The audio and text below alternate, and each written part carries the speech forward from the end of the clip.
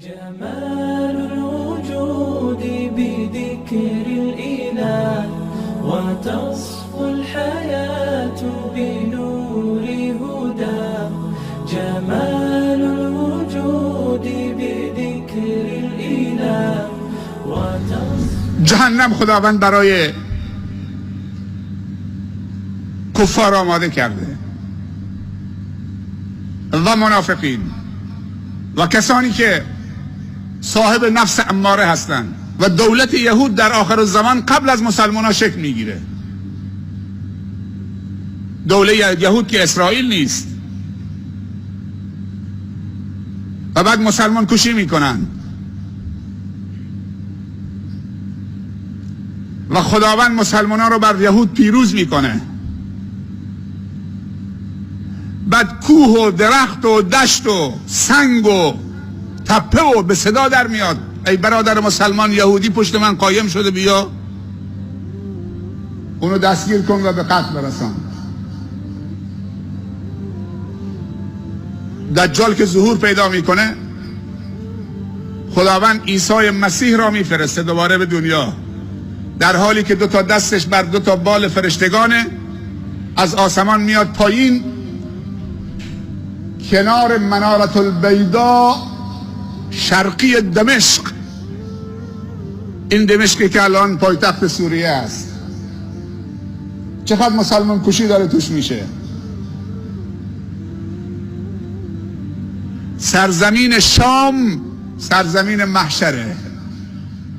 دجال بزرگ آخر الزمان در شام کشته میشه به دست عیسی مسیح، در محلی به اسم باب لد در فلسطین. وقتی گفتیم شام 4 کشوره: فلسطین، اردن، سوریه و لبنان. این 4 کشور بهش میگن شام. عیسی مسیح در حالی که 2 دستش بر 2 بال فرشتگانه میاد پایین کنار منارة البیضاء، مناره سفید در دمشق، شرقی دمشق. و وقتی میاد به دنیا اولین کاری که میکنه میگه اشهد ان لا اله الا الله و اشهد ان محمدا عبده و رسوله. شهاده به اسلام میده. هر پیامبری که بعد از اسلام بیاد، بعد از اسلام هیچ پیامبری نیست بعد از پیامبر رسول الله صلی الله علیه و سلم. ولی عیسی مسیح به دنیا میاد. چرا به دنیا میاد؟ به خاطر که صلیب رو خرد بکنه. چون مسیحی ها گفتن ما عیسی رو کشتیم، به دار کشیدیم.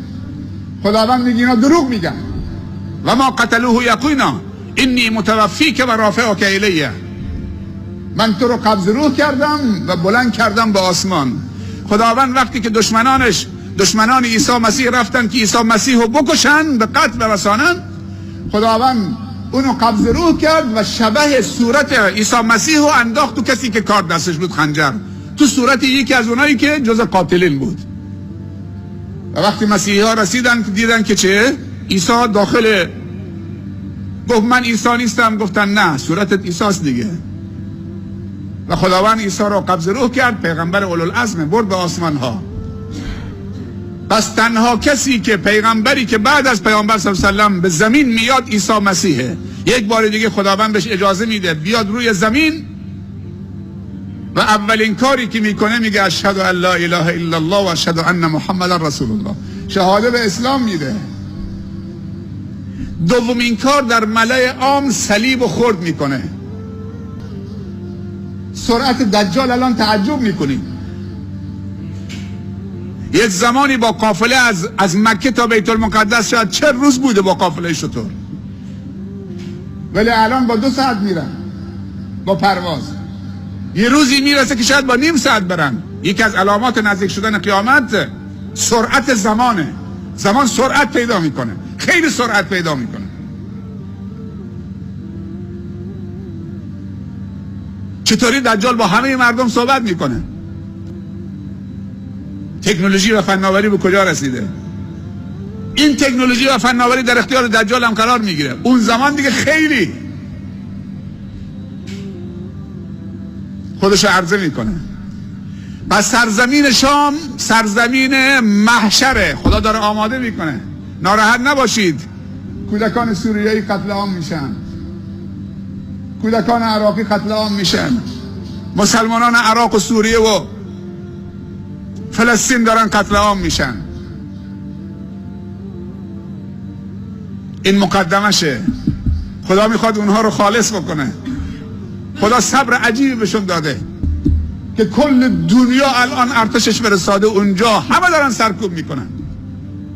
فقط مسلمان مجاهدی که باور بکنی، من تو تلویزیون دیدم چاهی کنده بودن، یکی از مجاهدین رو گذاشته بودن تو این چاه و با سر بیل میزدن تو سرش، بگو لا اله الا بشار، بگو خدایی نیست مگر بشار اسد، بگو لا اله الا الله. خاک میریختن رو سرش، با بیل میزدن تو سرش، میگفتن بگو لا اله الا بشار، بگو هیچ خدایی نیست مگر بشار اسد، بگو لا اله الا الله.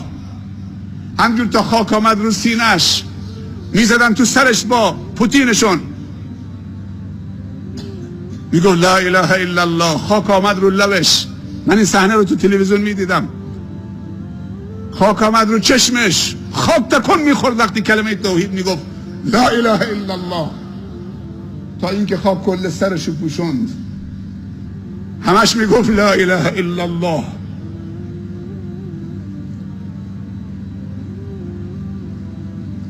پس سرزمینی که محشر برپا میشه سرزمین شام، و بزرگترین فتنه هم از اونجا خاموش میشه اون فتنه. و عیسی مسیح هم در منارة البیضا شرقی دمشق، در حالی که دستاش رو دوتا بال فرشته هاست، میاد پایین، شهاده به اسلام میده، صلیب خورد میکنه. ای دروغگوها، ای مسیحی ها، ای صلیبی ها، دین اسلامه.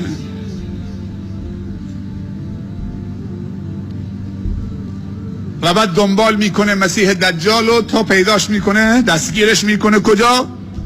نزد باب لد در فلسطین، سرزمین شام.